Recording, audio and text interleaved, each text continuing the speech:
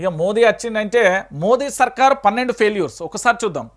మోదీ ప్రభుత్వం అధికారంలోకి వచ్చింది నిరుద్యోగం కానీ పేపర్ లీకేజీలతో ఆగమైన యువత, ఉద్యోగాలు రాకపోవడంతో 40 మంది బలి, మహిళలపై రోజుకు 1209 చొప్పున అఘాయిత్యాలు, సర్కార్ సాయం లేక గంటకో రైతన్న ఉరికొయ్యకు, దౌత్య వైఫల్యంతో నిన్నటి మిత్రుడు నేడు విరోధులు, 50కి పైగా ప్రగతి సూచికలలో అందపాలానికి దేశంలో ఒక్కో నెత్తి మీద 1.48 లక్షల రుణం, పన్నుల పేరిట 350 లక్షల కోట్లను రాబట్టిన కేంద్రం, డాలర్ ముందు నిలబడలేక రూపాయి గిరగిర.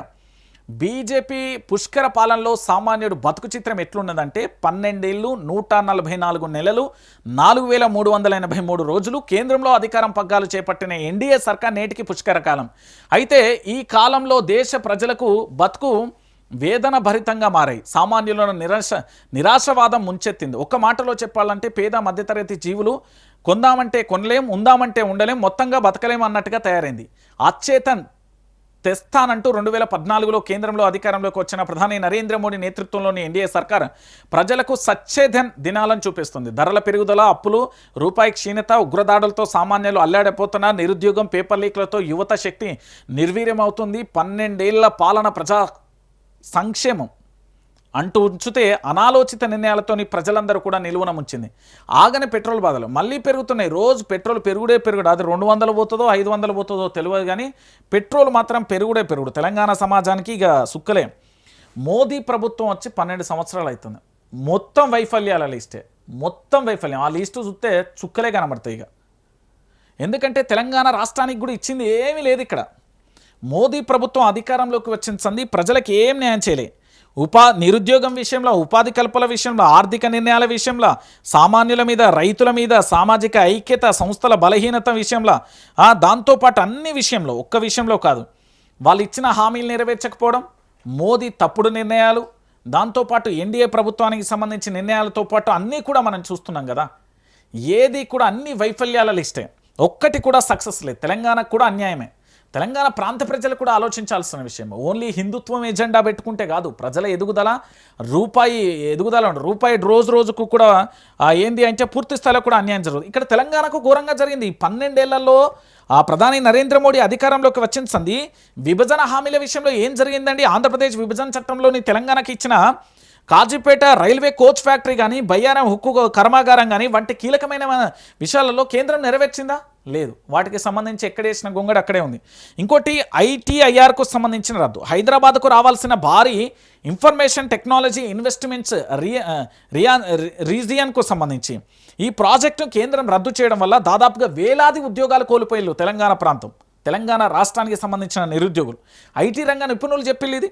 ప్రాజెక్టులకు జాతీయ హోదా, తెలంగాణకు సంబంధించి గుండెకాయ లాంటి కాళేశ్వరం లేదా పాలమూరుకు సంబంధించి రంగారెడ్డి ఎత్తిపోతల కానీ జాతీయ హోదా ఇవ్వాలని ఎన్నిసార్లు కోరిన కేంద్రం ఎక్కడన్నా పట్టించుకున్నదా? లేదు. ఇక దేశవ్యాప్తంగా వైఫల్యాలను చూపెడితే మొత్తం తప్పుడు నిర్ణయాలే. సామాన్యుడి మీద ధరల భారం, పెట్రోల్ కానీ, డీజిల్ కానీ, వంటదాస్ గెరలు కానీ విపరీతంగా పెరిగిపోవడం వల్ల పేద మధ్యతరగతికి సంబంధించిన కుటుంబాలు పూర్తిగా దెబ్బతిన్నాయి. ఇంకోటి నోట్ల రద్దు, జిఎస్టీ దెబ్బ.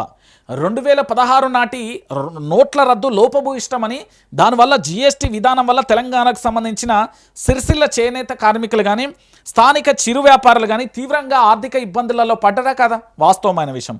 ఆదాయం పెరగని రైతుల ఆదాయం రెట్టింపు చేస్తామని హామీ నెరవేర్చకపోవడం వల్ల నల్ల చట్టాలకు వ్యతిరేకంగా ఢిల్లీ సరిహద్దులలో రైతులు సుదీర్ఘంగా కొన్ని నెలల పాటు పోరాటం చేయాల్సి వచ్చింది. ఇది మోదీ వైఫల్యం.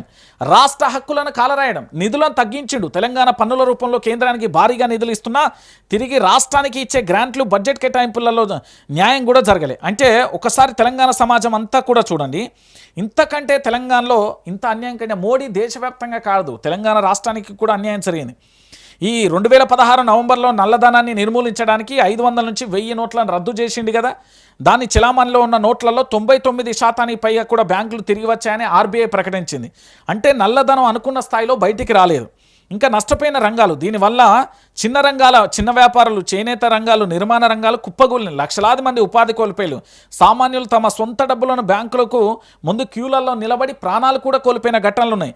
ఇక చాలా వరకు కూడా జీఎస్టీ కానీ పెరిగిన ఏటా 2 కోట్ల ఉద్యోగాలు ఇస్తా అన్నాడు. 2014లో ఎన్నికల ముందు ఏటా 2 కోట్ల ఉద్యోగాలు ఇస్తానని ప్రధాని నరేంద్ర మోడీ ఎన్డీఏ సర్కార్ చెప్పింది.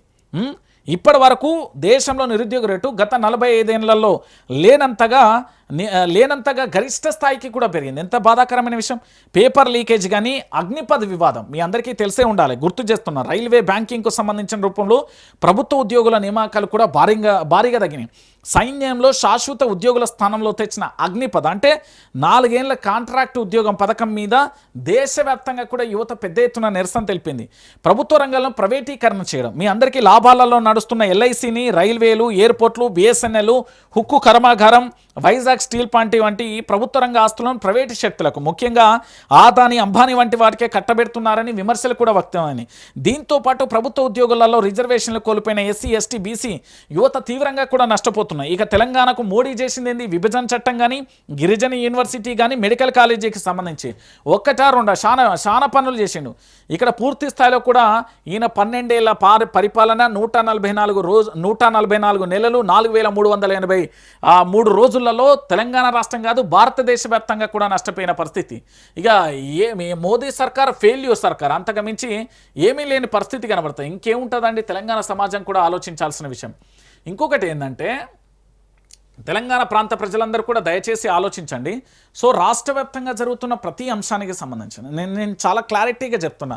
మీరు విశ్వసనీయత, నమ్మకంతో వైఆర్టీవీని వీక్షించండి.